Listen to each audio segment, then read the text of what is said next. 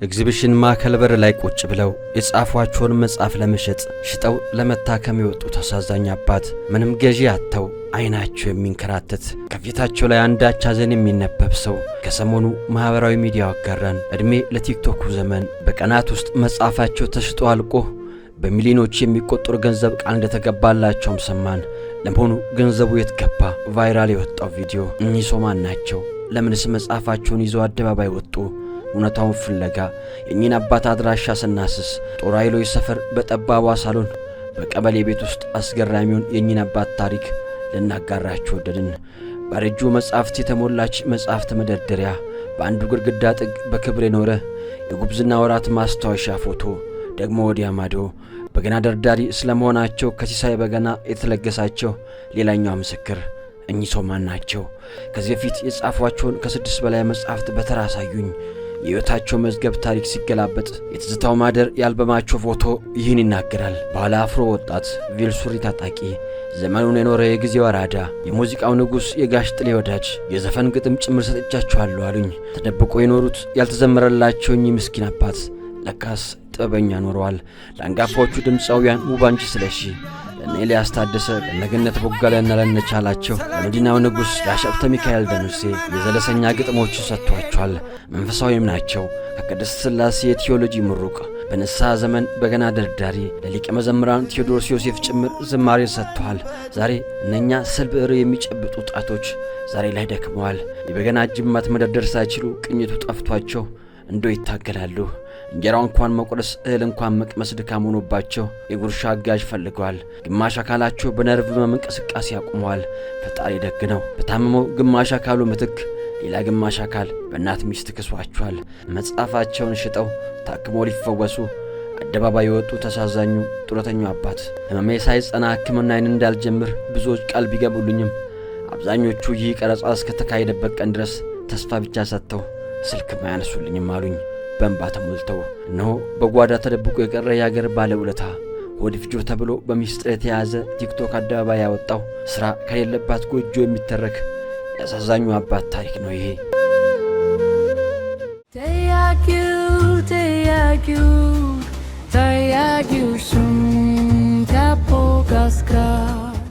ሰላም ጤና ይስጥልን ተመልካቾቻችን። በፋሲካ ሰሞን በማህበራዊ ሚዲያ በተለያዩ ዘርፎች ሲንቀሳቀስ የነበረ አንድ ቫይራል የወጣ ቪዲዮ ነበር። እሱም አንድ አባት ኤግዚቢሽን ማዕከል ቁጭ ብለው መጽሐፋቸውን ሊሸጡ በርካቶች ፎቶአቸውን ተቀባብሎ ነበር። እኛ አባት በርካቶች በሶሻል ሚዲያ ደርሰውላቸው መጽሐፋቸው ተሽጦ ሌሎች ድጋፎችም ተደርገውላቸዋል። ከዛ በኋላ ምን አዳዲስ ነገሮች አሉ፣ የጤናቸው ሁኔታስ የሚለውን ልናረጋግጥ ወይ ልንጠይቃቸው ለዚህ ጦር ኃይሎች አካባቢ ወደ መኖሪያ ቤታቸው ብቅ አልን። ከሳቸውም ጋር ቆይታ ልናደርግ ወደድን። አብራችሁን ቆዩ። ጤና ይስጥልን ጋሼ። ጤና ይስጥልኝ። አንዳንዶች እንግዲህ ማህበራዊ ሚዲያ ላይ ስሞትን አንዳንዱ ጋሽ አንተነ ወንድሙ ይላል፣ ሌሎቹ ደግሞ ጋሽ ወንድሙ አለሙ እያሉ ነበር ሲጠሩ የነበረውና ትክክለኛው የቱ ነበር? ከዛ ብንነሳስ? እሺ፣ ትክክለኛው አንተነ ወንድሙ ነው። አንተነ ወንድሙ አለሙ የአያቴ ስም ነው። አንተነ ወንድሙ አለሙ ነው። ብዙዎች ግን ወንድሙ አለሙ እያሉ ምን ሲሉ ነበር? እንግዲህ ችኮላ ነው ካላቸው ፍቅርና የወገናዊ አዘኔታ የመነጨ ይመስለኛል። ችኮላ እንደዚህ ያደረጉት እንጂ አንተነ ወንድሙ አለሙ ነው። ትክክለኛ ስሙ ጋሽ አንተነ ወንድሙ ነው። በዓል እንዴት አለፈ? ፋሲካ ቆንጆ ነበር። በጣም ቆንጆ በዓል ነው ያለፈው። በጣም ጥሩ። እንደው ተመልካቾች በደንብ እንዲያውቃቸው ጋሽ አንተነን እንደው ልጅነታቸው ትንሽ ስለሳቸው እስቲ ከድርሰቱ ውጭ ያለውን ነገር ብናቅ ብለን ነው። እስቲ ማን ናቸው የሚለውን ራስዎትን ያስተዋውቁልንና እንጀምራለን። እሺ፣ እንግዲህ ትውልዴ በልጅነቴ ክፍለ ሀገር ነው፣ ግን ልጁ ነው የመጣሁት። ከየት ማለት ነው? ከጎጃም። ከጎጃም። እና ከሁለተኛ ክፍል ጀምሮ አዲስ አበባ ነው የተማርኩት። ኦልሞስት እዚህ ነው ያደግኩት ማለት እችላለሁ። ያ የተወለድኩበት እንጂ ብዙም አላውቀውም ማለት እችላለሁ። ከዛ አዲስ አበባ መጥቼ አንድ አጎት ነበረኝ ዶክተር ባንታየው የሚባል። እሱ ነው አመጡ ያስተማረኝ። እሱም ወደ ውጭ ሄደ እና አሁን በህይወት የለም። የሳምባ ካንሰር ነው የገደለው። ከስድስተኛ ክፍል ጀምሮ ራሴን በራሴ እያስተዳደርኩ ነው ያደግኩት የተማርኩት። ትምህርት ከጨረሱ በኋላ ትምህርት መጀመሪያ ጀነራል ውንጌት ነበረ። በጀነራል ሜካኒክስ ተመርቄ ድሬዳዋ 7 ዓመት ያህል ቴክኒሻን ሆኜ ሰራ ነበር። እሺ ከዛ 87 ተመልሼ አዲስ አበባ ገባሁ። አዲስ አበባ ገብቼ ያው የግል ስራ እየሰራሁ አንዳንድ ነገሮችን እንደገና ቅድስት ማርያም ዩኒቨርሲቲ ኮሌጅ በአካውንቲንግ ተመረኩኝ። መጀመሪያው ተመራቂ ነበርኩ። በዲግሪ በዲፕሎማ ነበር መጀመሪያ እውቅና ያገኘው ኮሌጁ። ከዛ የራሴን ስራ እየሰራሁኝ እኔ በንግድ አካባቢ ነበር ያለሁትኝ። ያንን አስተካክዬ ወደ ማሰልጠኛ የአሽከርካሪ ማሰልጠኛ ካምፕ ገባሁ። እዛ አንድ መኪና ገዝቼ ዲክስ መኪና ማሰልጠኛ የሙያ የቴክኒክና ሙያ ምሩቅ ስለነበርኩኝ የጀነራል ሜካኒክስ ምሩቅ ስለሆንኩኝ ህጉ ይፈቅድልኝ ነበር። ከዛ በዛ እያሰለጠንኩኝ እዚያ ቃሊቲ ማሰልጠኛ ማዕከል ተወሰነ ጊዜ ቆየሁ። በማታው ክፍለ ጊዜ ትምህርት እየተማርኩኝ ቀን እዚያ አሰለጥን ነበር። ከዛ እዚያ እንዳለው ከማሰልጠኛው ውስጥ የፒኤልሲ ከፍተን የተወሰኑ የተሰባሰቡ በሙያችን የስራ አስኪያጅ ሆኜ አገለግል ነበር። መጨረሻ ላይ ያው የበሽታ ሲጀምረኝ ስራውን አስተወኝ። ነገሮች ሁሉ እንዳልነበሩ ሆኑ። የቤተሰብ ሁኔታስ አሁን እንዴት ነው የሚኖሩት? ባለትዳር ነው ወይስ የሚለውን ነገር እስቲ ከቤተሰብ ጋር የተያዘ ሁኔታ ቢነግሩኝ። አዎ ባለትዳር ነኝ። ባለቤቴም ያው እዚህ ያለች ያያት ነች። አንድ ሴት ልጅ ያለችኝ፣ አንድ ያሳደኩት ደግሞ የሷ ልጅ አለ። ያው 2 ልጆች አሉኝ ማለት ነው። ሴቷ ልጅ ዩኒቨርሲቲ ተማሪ እየተማረች ነው ያለችው። በጣም ጥሩ። ከዛ ውጭ ወደ ድርሰቱ ዓለም እንግዲህ 5 ያህል መጽሐፎችን ጽፎ ለተደራሲያን እንዳደረሱ ሰምቼ ነበርና ወደ ድርሰቱ ዓለም እንዴት ሊገቡ ቻሉ? ይህ ድርሰቱ ጉዳይ እኔ መሰጠት ነው ብዬ ነው የማስበው። መማር ብቻ አይደለም። 4ኛ ክፍል ያለው የጻፍኳቸው ግጥሞች አሉ። ዛሬ ልጽፋቸው ብፈልግ በሱ ፎርማሊቲ ሌላ እንኳን ለመጻፍ ብፈልግ አልችልም። ያኔ ብዙ ጊዜ ግጥሞች ጽፍ ነበረ፣ አነብ ነበረ። ያው የንባብ ድግግሞች ደግሞ የሆነ ነገር እንድታረግ እንድትጽፍ ይገፋፋል አንዳንዱ። በዚያ መልክ ነው እንትን ያልኩት። የመጀመሪያ መጽሐፌ የግጥም ስብስብ ነው። የዲቪው ልክፍት የሚል ነበረ እና ታስታውስ ከሆነ ዲቪ ነበር በዚያን ሰዓት። ሰው ፖስታ ቤት ሄጄ ፖስታ ልገዛ ሄድኩና በአጋጣሚ ህዝቡ ይረባረባል። ምንድነው ስል ዲቪ ለመላክ ፖስታ የሚገዛ ህዝብ ነው ምናምን ተባለ እና ሰው ሀገሩን ጥሎ የሰው ሀገርን ይናፍቃል የማያውቀው ሀገር ብዬ ገርሞኝ ርዕሱን የዲቪው ልክፍት ብዬ ወሰድኩና በዚያ አንድ መጽሐፍ ቆንጆ መጽሐፍ ጻፍኩኝ፣ የግጥም ስብስብ። እንዲያውም ሀያሲው ደራሲ ኃይለ መለኮት መዋል ነበሩ። በጣም ተገርመው እየተደብቆ ነበር፣ ውሸቱ ነው እንጂ ይጽፍ ነበር እስከዛሬ ድረስ ምናምን የተባለ። ያን ሲሉ እኔ ምን አሰብኩኝ፣ መጽሐፍ እችላለሁ ማለት ነው እንዴ ብጽፍ አልኩኝ። ወደ ራሴ ተመልሼ ሳስበው እንደምችል አረጋገጥኩኝ። ከዛ ቀጥሎ 2ኛ ላይ ደግሞ የማይበቀሉት ባለ ደም የሚል እንደዚሁ የግጥም ስብስብ ቆንጆ መጽሐፍ ተጻፈ። ብዙ አስተያየት ተሰጠኝ። በርታ የሚል ቀጠልኩበት። በዛው በቃ በዚያ ሙድ ውስጥ እንዳለው ተረዳሁት እና 3ኛ መጽሐፍ እናውጋውና ሌሎችም አጫጭር ታሪኮች የሚል ጻፍኩኝ። ልቦለድ ነው ወይስ? ልቦለድ ናቸው። አጫጭር ታሪኮች ሆኖ ልቦለድ ናቸው። 4ኛ መጽሐፍ ረጅም ልቦለድ ለመኖር መሞት የሚል ነበር። እሱ ጥሩ አስተያየት ያገኘሁበት። የሰንበት የሚል መጽሐፍ የራስዎት ነው ወይስ የሌላ ሰው ነው? እዚህ መጽሐፍ ሽያጩ ላይም ሳይ ነበርና ያ ለመኖር መሞት የሚለው ረጅም ልቦለድ ጥሩ አስተያየት ያገኘሁበት፣ ገንቢ አስተያየት። እንደገና እንዲታተም ብዬ ኤዲት አድርጌ አስተካክዬ ቁጭ አድርጌዋለሁ። ላሽ ውስጥ ቁጭ ብሏል አልኩ። በቃ አቅም ጠፋ፣ ጤናም ጠፋ፣ ቁጭ አለ። 4ኛ መጽሐፌ ነበር እሱ። 5ኛ መጽሐፌ የሰንበት ሰዓት የሚል የቤተ ክርስቲያን መጽሐፍ ነው። የሰንበት ሰዓት ምን እንደሆነ መጽሐፍ ውስጥ በዝርዝር ተቀምጧል።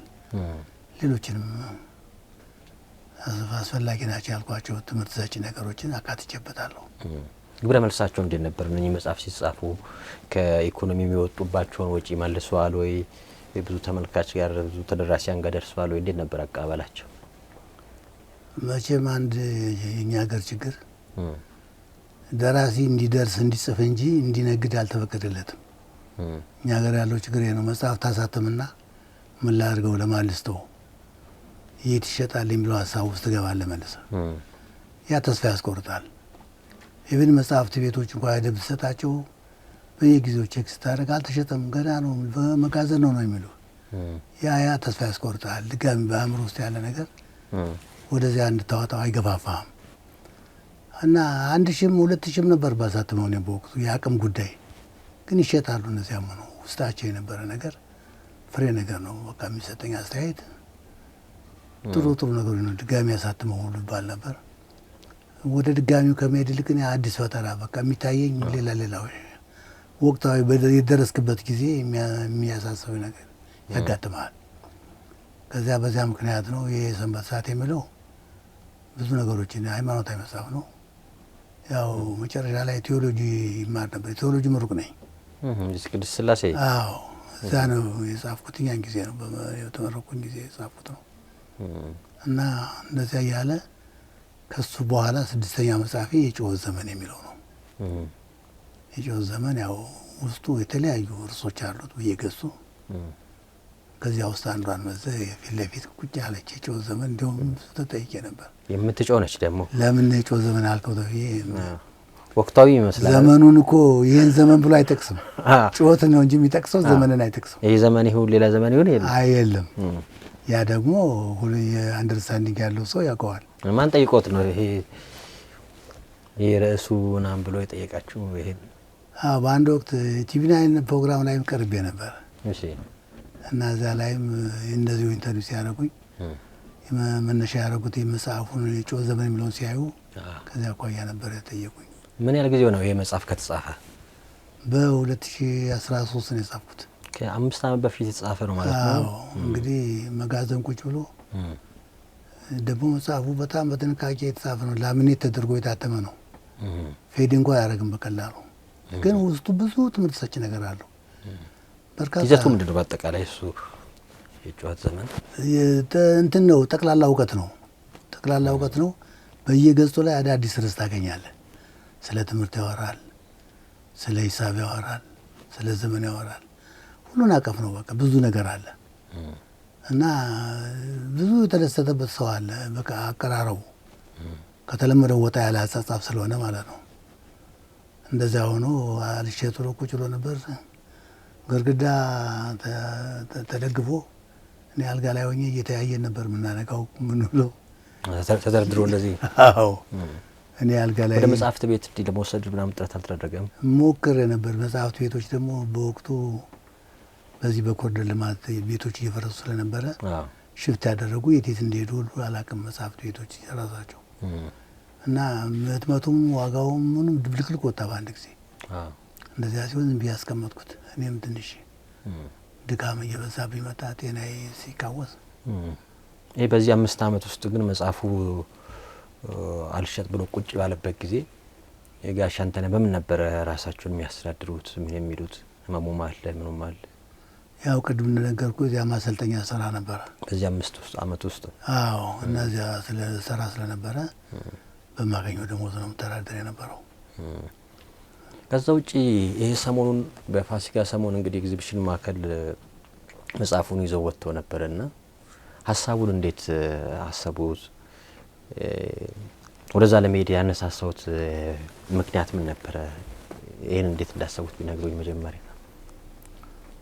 የዛሬ አመት መስከረም ወር ላይ እንደዚሁ የዘመን መለወጫ ኤግዚቢሽን ነበረ፣ ዘመን ገበያ የሚል ገብቼ ያኔ ተባበሩኝ መጽሐፍ አለኝ እንደዚህ ራሴ ልሽት አንድ ቦታ ላይ ቁጭ ብዬ መስራት ጥሩ ነው፣ መጽሐፌን የኔ መጽሐፍ ነው ብዬ መታወቂያ አሳይቼ መጽሐፉም የኔ መሆኑን አሳይቼ ተባብረውኝ የተወሰነ ሽጬ ነበረ። አሁን ያንን በማስታወስ ድጋሚ ባለፈው ለፋሲካ ኤግዚቢሽን ሄጄ እንዲተባበሩ ጠየኳቸው አዘጋጆችን። ምንም ቦታም ስለማትይዝብን ችግር የለም እና በዚህ ደረጃ ላይ ሆነ እንደዚህ ስጠይቀን እኛ እንተባበራለን ብለው እንድገባ ፈቀዱልኝ። 2 ወንበሮችና አንድ ጠረጴዛ አዘጋጅተው ሰጡኝ። በአጋጣሚ የአዋሽ የመጠለያ ነበር ጃንጥላ እንትኑ ባነሩ የሚታይ ነበር። አዎ እዚያ ስር ቁጭ አልኩኝ።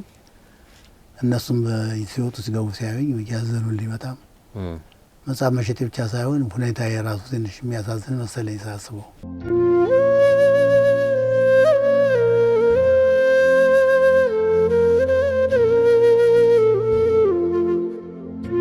ሰው ሲወጣም ሲወርድ ሲያየኝ ተባበር ጀመር። ነገር አንደኛ የያዝኩት እኔ የኔን መጽሐፍ ብቻ ነው።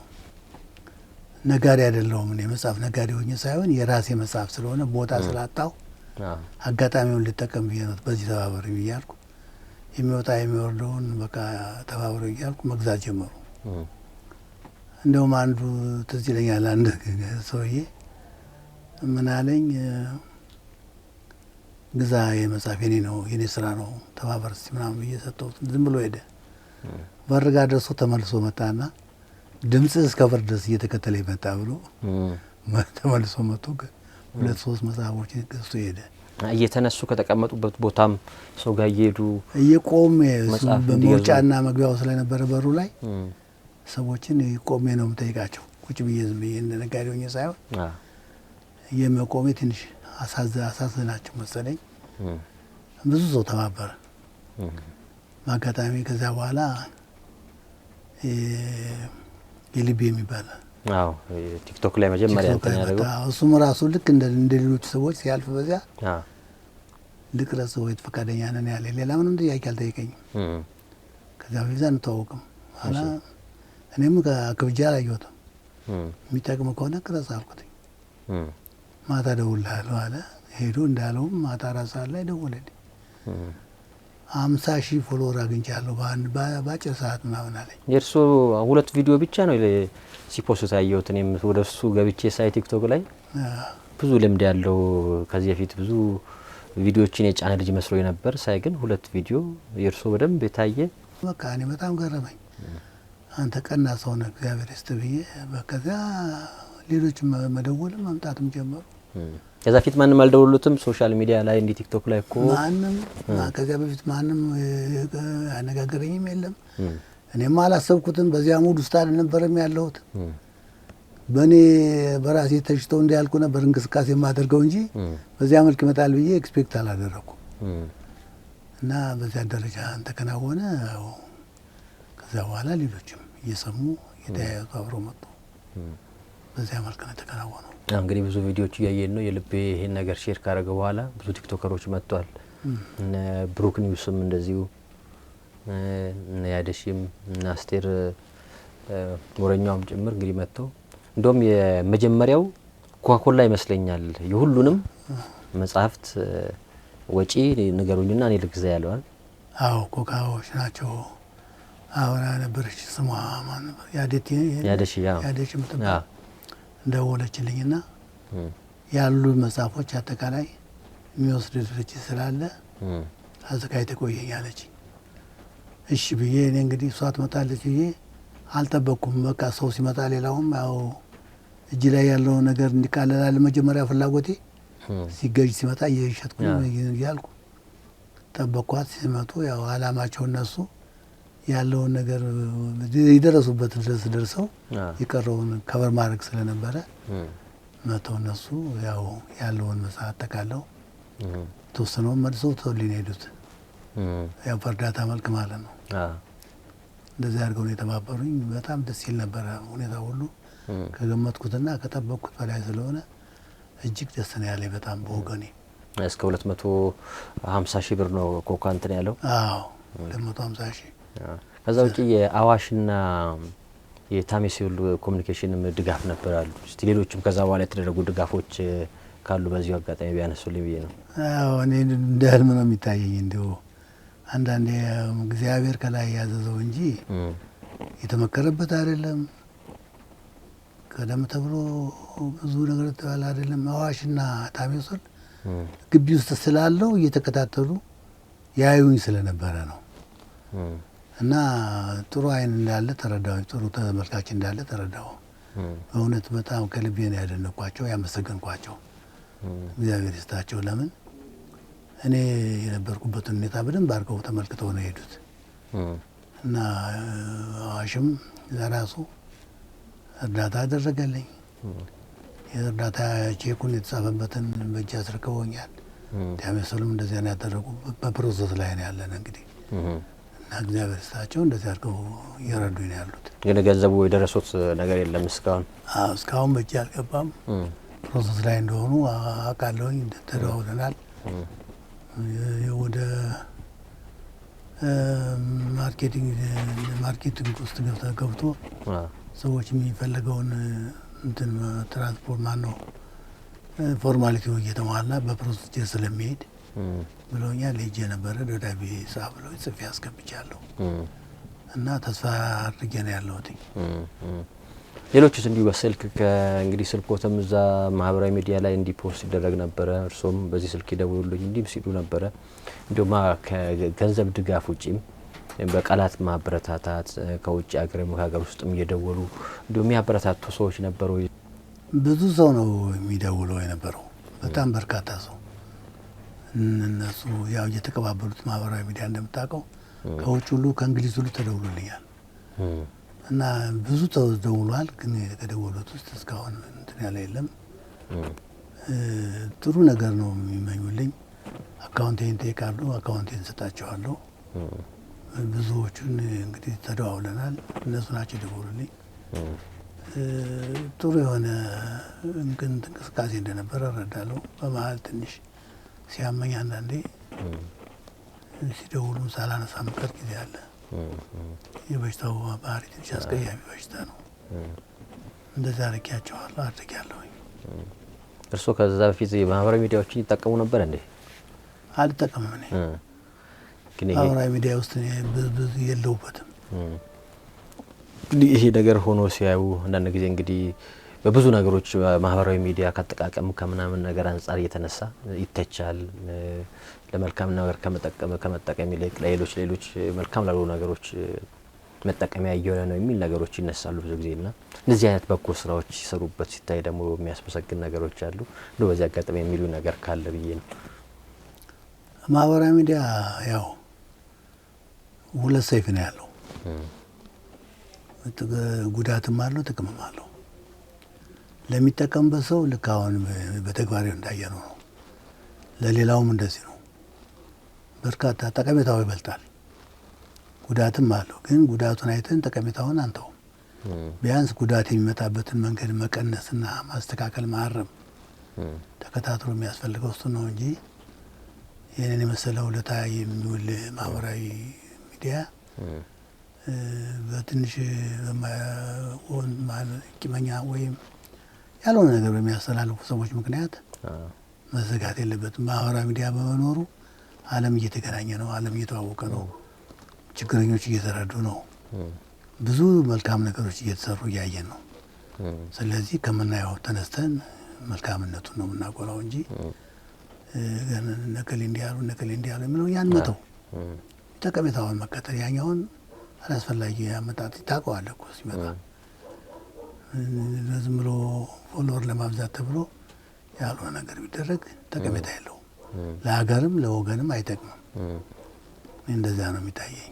አጠቃላይ እንግዲህ ሁሉ ድጋፍ ሁሉ ርብርብ ሲያዩ ምናልባት የተሰማዎት የሆነ ነገር ይኖራል ብዬ አስባለሁኝ።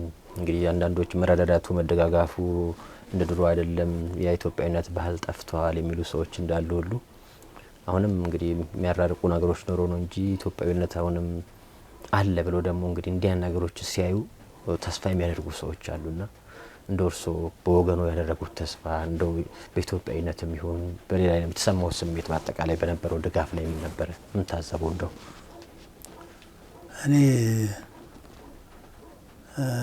ብዙ ጊዜ እንደው አንዳንድ ሚዲያዎች ላይ የዘጠናዎቹ እየተባለ የሚቀርብ ፕሮግራም አለ።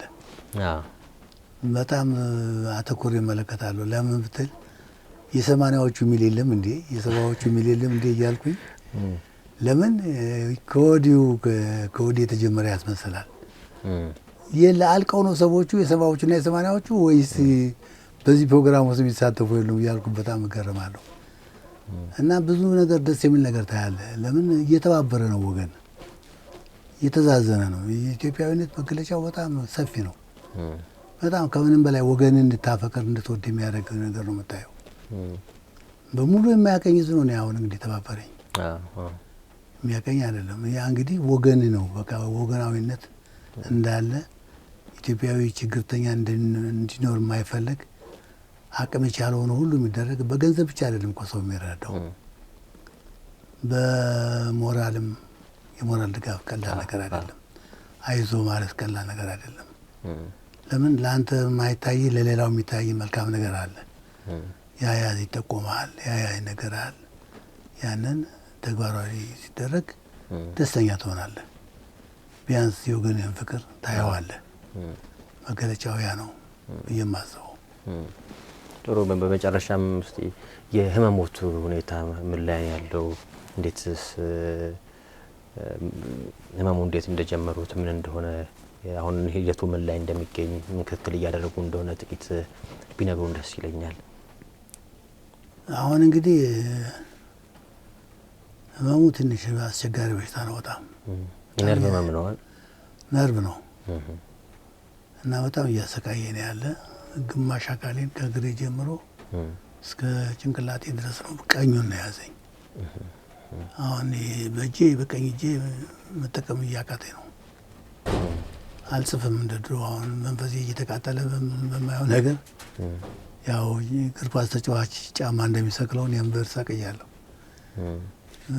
እሱን እንግዲህ ወገኔ የተረባረበልኝ ወገኔ ይህ በሽታ የምድንበትን መንገድ ብዙዎቹም ቃል ገብተው ነበር። እዚያ ኤግዚቢሽን ማዕከል ሐኪሞች እናረጋግርልሃለን ያሉ ክሊኒኮች ብለው ነበር። ያው ቅድም እንዳልኩ በወቅቱ ስንገናኝ ብዙ ፕሮሚስ የገቡልኝ አሉ። ከዚያ በኋላ አልተገናኘንም። ምናልባት እንግዲህ ባህል ስለሆነ ላይመቻቸው ይችል ይሆናል ብዬ አስባለሁ። እና ትልቁ ችግር አሁን ህመሙ ላይ ነው። ኦልሞስት ብዙ ቦታ እንትን ብያለሁ። የካቲት 12 ታክሜያለሁ። ከ6 ወር በላይ አልሆነም። በግልም ደግሞ የካባዱ አካባቢ ከአመት ከ6 ወር ፊዚዮቴራፒ ወስጃለሁ። ለዚህ ይሆናል ተብሎ እሱም አልሆነም። ከዚህ እዛ እየተመላለሱ አዎ እየተመላለስኩ ከዚህ አለርት ሆስፒታል ሄጄ ነበር። ደጋግሜ ሄጄ ነበር። እነሱም ሰርጀሪ ይደረግ ምናምን ብለውኝ እስቲ ቆይ አስቤበት ተማክሬ እመጣለሁ ብዬ አልሄድኩም፣ አልቻልኩም። ከዛ በኋላ እና ህመሙ እየጨመረ ነው የመጣው። በጣም አስቸጋሪ የሆነ በሽታ ነው። እሱ ነው እንጂ አሁን ያለብኝ ችግር ሌላው ደህና ነበርኩኝ። የሕክምናው የጊዜው የሚያወጡት ወጪዎችስ እንዴት ናቸው? ምን ያህል ነው በየጊዜው የሚያስፈልገውት የሚለውን ነገር ምን እንዲሁ በዚሁ አጋጣሚ ሰውም ቢያውቀው ብዬ ነው።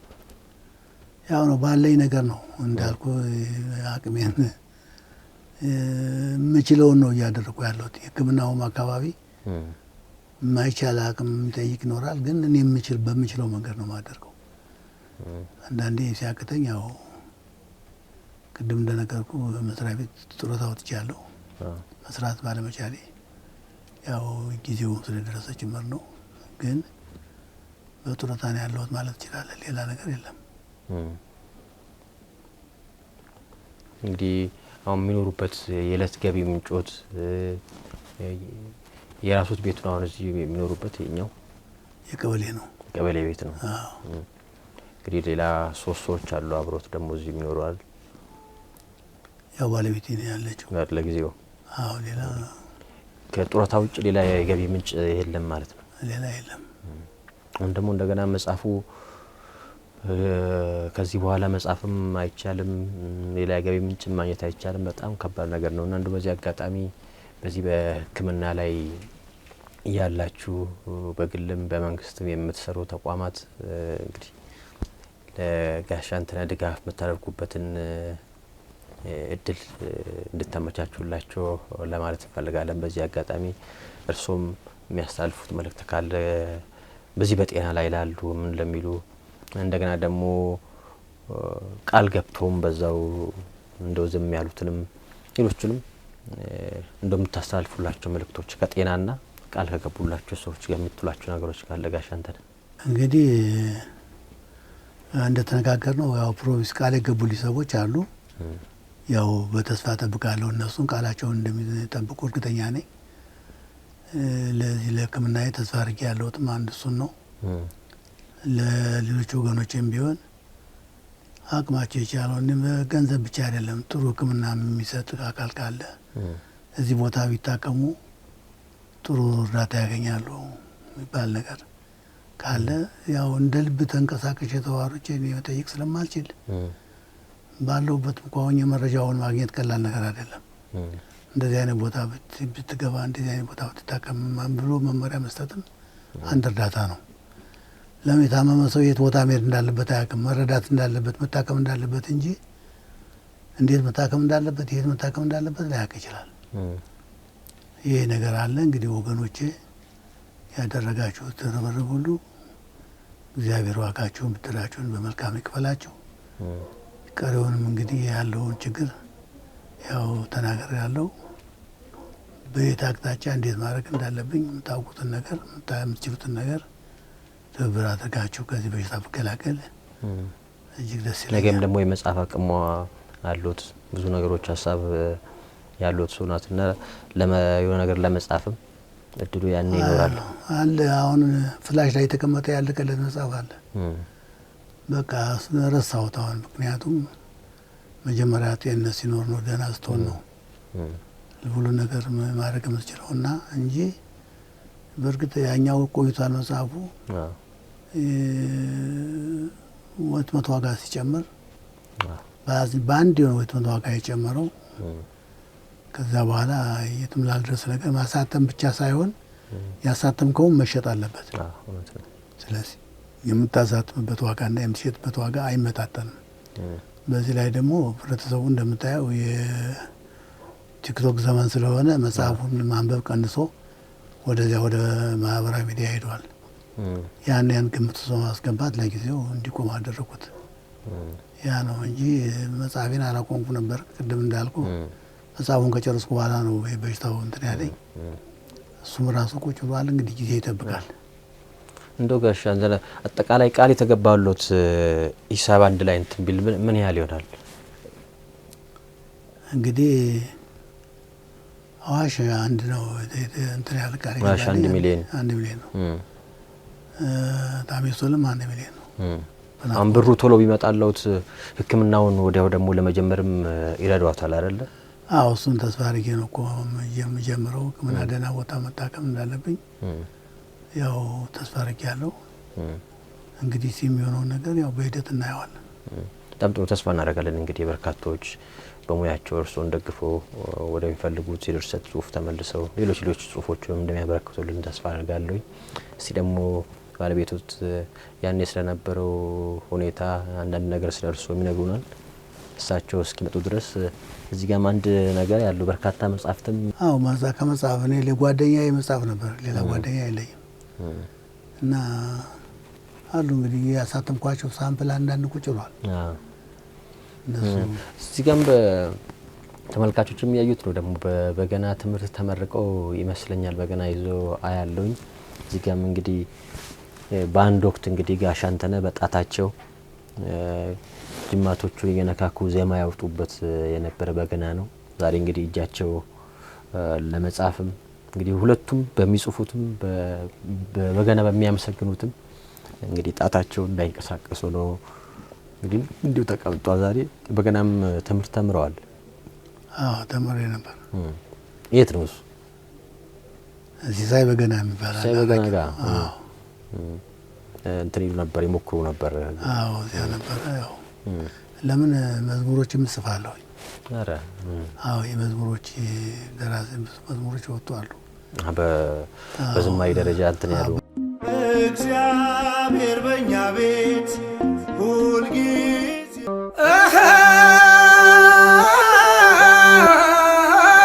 በፊት ለዘፈን ሁሉ በነገራችን ላይ ለጥላሁን ገሰሰ የጻፍኩት 8 ግጥም አለ። አረ አዎ በወቅቱ ኮፒውን ሰጥቼው ነበር ለሱ። ዛሬ እሱ በእውነት ዓለም ሄዷል። እሺ አገር ፍቅር እንገናኝ ነበር እና በጣም ይወዳቸው ነበር ግጥሞች ጻፍልኝ ብሎ ያዘዘኝ። እሺ አንድ 7-8 የሚሆኑ ግጥሞች ቁጭ ብለዋል አሁንም ኮፒያቸው እና አስጠቀምባቸውም እሱ አልተጠቀም። ወዲያው ታመመ። ወዲያው ታመመ። እዛ እየተገናኘን በጣም በሚያሳዝን ሁኔታ ነው ታሞ ድንገት የመጣው። አንድ ቀን አስታውሳለሁ። እንዲያውም ነፍሱን ይማር ታምራት ሞላም ነበር። ሀገር ፍቅር በመኪና መጥቶ ወረደና አጠገባችን ሲደርስ ከመኪና ወርዶ አለቀሰ። ሲያለቅስ ደነገጥን ሁላችንም። በኋላ ታምራት ሞላ ምን ሆነ ነው የምታለቅሰው? ምንድን ነው ምናምን ሲለው እግሬን እኮ አልጋ ላይ ሆኜ እግሬን ግድግዳ ላይ ሰቅዬ ሳለቅስ ስቃጠል ነው ማድረው ምናምን አለ። ህመሙ የጀመረው ጊዜ ማለት ነው። እግሩን እንትን ያለ ጊዜ አዎ ስቃጠል ነው ማድረው ምናምን ብሎ ሁላችንን ማስለቀሰን። በቃ ለምን የምናውቀው ደህና ሆኖ ነበር። እኛም ተስፋ ያደረግነው ሌላ ስራ እንሰራለን ተባብለን ብዙ ነገሮችን ያቀደ ሰው ስለነበረ ያው እንደሚያውቀው ህብረተሰቡ ጥላውን መቼም ለሀገር ተቃጥሎ የሞተ ሰው ነው እና ለዘፋኞች የምሰጥ ነበረ ስራ ብዙዎች ሰጥቻለሁ። እንዲሁም የቁም ማስታወሻ የሚል በቁም ላልሞቱት ዘፋኞች ጽፌላቸው ነበረ። እሱን ደግሞ ሀብተ ሚካኤል ለምሴ ዘፍነዋለሁ እኔንም ብሎ በአጋጣሚ እሱም ደግሞ ከዚህ ዓለም ተለየ ሞት። መኪና አደጋ መኪና አደጋና ያንን ለነሱም ዘፈንም ሰጥ ነበረ፣ መዝሙርም ሰጥ ነበረ። የዘለሰኛና መዲና ወዳድ የሚሰሩ ስራዎች ብዙ ሰርቻለሁ። አቶ ሚካኤል ለምሴ እንቻላቸው አሸናፊ ነፍሳቸውን ይማር ሰርተዋል። እነሱ ሁሉ ስራ ተለቋል። ሚዲያ ተለቆ ብዙ ጊዜ ለወዳዴ ስራዎች ለወዳዴ ሰው ይወጡ ነበር። እነዚህ ስሙ ይጠቀሳል እዛ ላይ ግጥም በደንብ በካሴት ስለነበረ ያለ ካሴቱ ሽፋን ላይ ይጻፋል።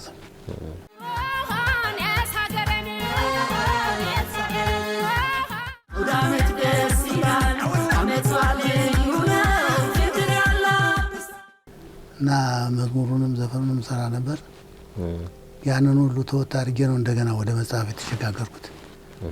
ግን ወደ መጽሐፍ ተሸጋገሬ መዝሙሩን አልተውኩትም። ጽፋለሁ ዛሬ ይቅር እንደዚህ እጄ ሲታመም እንጂ ብዙ ሞክር ነበር። አጆት እንግዲህ ፈጣሪ ጨርሶ ምሮት ከዚህ በኋላ ደግሞ በሌላ ስራ እንደምንገናኝ ተስፋ አደርጋለሁ። እስቲ ባለቤቶት ደግሞ ትንሽ ስለ እርሶና ስለነበረው ድጋፍ ጥቂት ያወሩናል። እስከዛ ተመልካቾቻችን መልካም ቆይታ ይሁንላችሁ።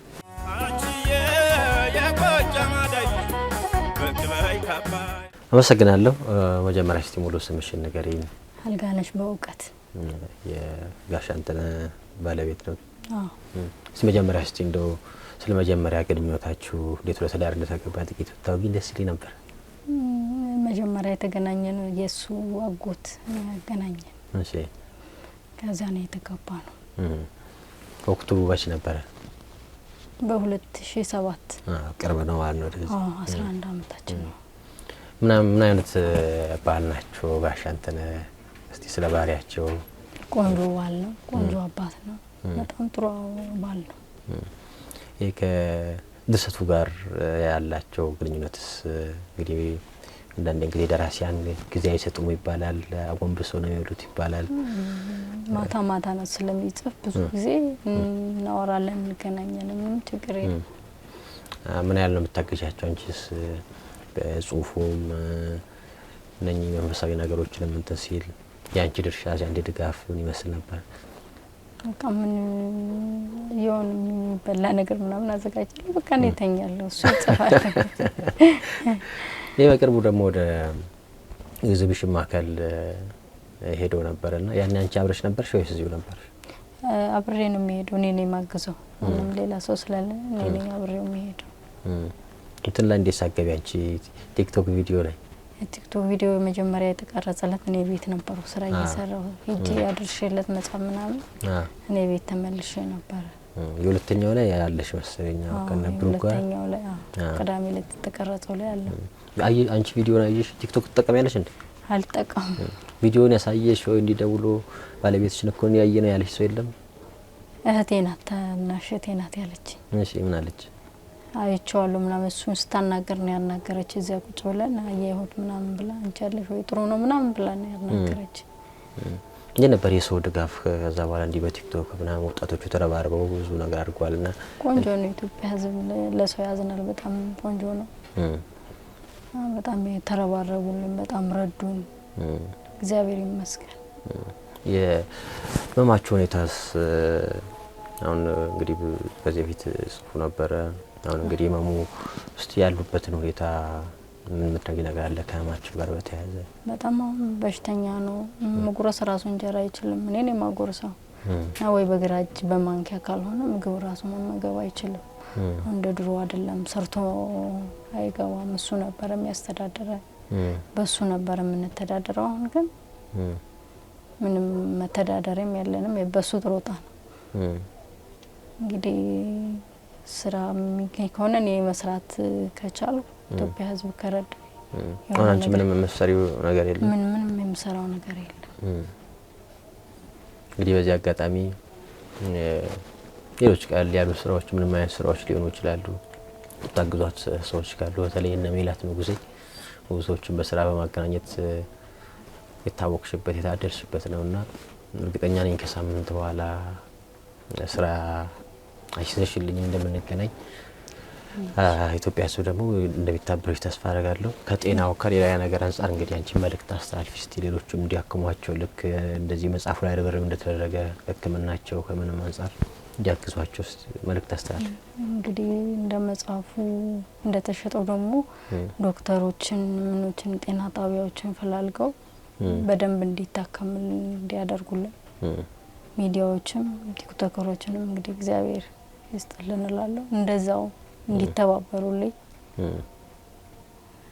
እመኛለሁ። በጣም አመሰግናለሁ። እግዚአብሔር ይስጥልኝ ስለምታደርግልኝ ድጋፍ ስለ አለ ማክሮ ስለ አለ መውደድ ስለምታደርግልኝ ነገር ብለን ምስጋናም ሊሆን ይችላል። ስለሱ የሆነ ነገር ብለን ፕሮግራማችን እንቋጫለን። እኔ ባጭር ቋንቋ ሰባት ሞት ነበር ማለት ይችላል። ምክንያቱም እንዳይከፋኝ እንዳልበሳጭ ከፍተኛ የሆነ ጥንቃቄ ነው የምታደርገው። እሷ እንዳለችው በአሁኑ ሰዓት የምታጎርሰኝ እሷ ነች። መብላት አልችልም በቀኝ። ግራዬ ደግሞ ከጊዜ በኋላ ልመድ ብለው መዝረግረግ ነው የሚሆነው። ጫማ ሁሉ ማድረግ ሁሉ እያቃተኝ ነው፣ ማውለቅ ሁሉ እያቃተኝ ነው። እና ግማሽ አካል ማለት ትክክለኛ ትርጉሙን እኛ ቤት ታይቷል። ከፍተኛ የሆነ እርዳታና ትብብር እያደረገችልኝ ያለችው እሷ በቃ ባትኖር ባጭር ቋንቋ በቃ ሞት ነበር ብዬ ነው የማስበው። ለምን በሽታው ቀላል በሽታ አይደለም። እንዳልበሳጭ፣ እንዳላስብ፣ እንዳልጨነቅ ልብሴን ከማልበስ ጀምሮ ሞራሌን ከመጠበቅ ጀምሮ የሚያስፈልገኝ ነገር በየሰዓቱ በየጊዜው እያደረገች እግዚአብሔር አምላክ እድሜዋን ያርዘው፣ የእሷንም ጤና ያቆይልኝ። ቀላል አይደለም እርዳታው። በጣም እናመሰግናለን። እንግዲህ በጥሩ አገላለጽ ነው የገለጹት። ግማሽ አካሌ በታመመ ጊዜ ያገኘዋት ግማሽ አካሌ ብሎ ነው የገለጻት ባለቤቱን። እንግዲህ ተመልካቾቻችን በባለቤቱን በስራ እሳቸውንም በሕክምናና መጽሐፋቸውን በመግዛት ድጋፍ ታደርጉ ዘንድ እንመኛለን። እንግዲህ በስር ባለው ስልክ ቁጥር እየደወላችሁ ማጽናናት ብርታት መስጠት ትችላላችሁ። እንደገና ከስር ባለው የንግድ ባንክ አካውንት እንግዲህ እናንተም ብትናገሩ በዛ አጋጣሚ ደስ ይለኛል። በለዚህም እየላካችሁ የደወላችሁ ድጋፍ ማድረግ ትችላላችሁ። የሕክምና ድጋፍ ማድረግ ለምትፈልጉ እንግዲህ በስልክ ማግኘት ትችላላችሁ። ተስፋ እናደርጋለን ያሻንተነ ተሽሏችሁ እንደገና በያድርሰት እስከምንገናኝ እስከዛው ጤና ይስጥልኝ። አካውንቱን በምን ሊያገኙት እንደሚችሉ በቃልም ቢናገሩ ደስ ይለኛል። የንግድ ባንክ 1044 68 044 57 እሺ። ሌላ አማራጭ ያዋሽ ነው። መካሪ ያላቀው አዋሽን እኛ በስከስር እናስቀምጣለን። ስልክ ቁጥር እናንተ ማግኘት የሚፈልግ ሀሳብ ቁጥር 011 09 0911 64 64 50 64 50 ጋሻንተነ ብለው ይደውሉ። በጣም እናመሰግናለን። እንግዲህ ቀጣይ ምን ላይ ደረሰ የሚለውንም እንግዲህ ሆነ ጊዜ በኋላም እየመጣን የምንጠይቃችሁ ይሆናል። እስከዛ መልካም ጊዜ ይሁንላችሁ። መልካም ጤና እመኝልዎታለሁ። አመሰግናለሁ። ከነ ባለቤቶት እናንተም ይህንን ፕሮግራም የኔን ችግራችሁ አድርጋችሁ ወገናዊነት ተሰምቷችሁ አስባችሁ መጣችሁ ይህንን ቃለ መጠይቅ በማድረጋችሁ እግዚአብሔር ያክብርልኝ። በጣም አመሰግናለሁ።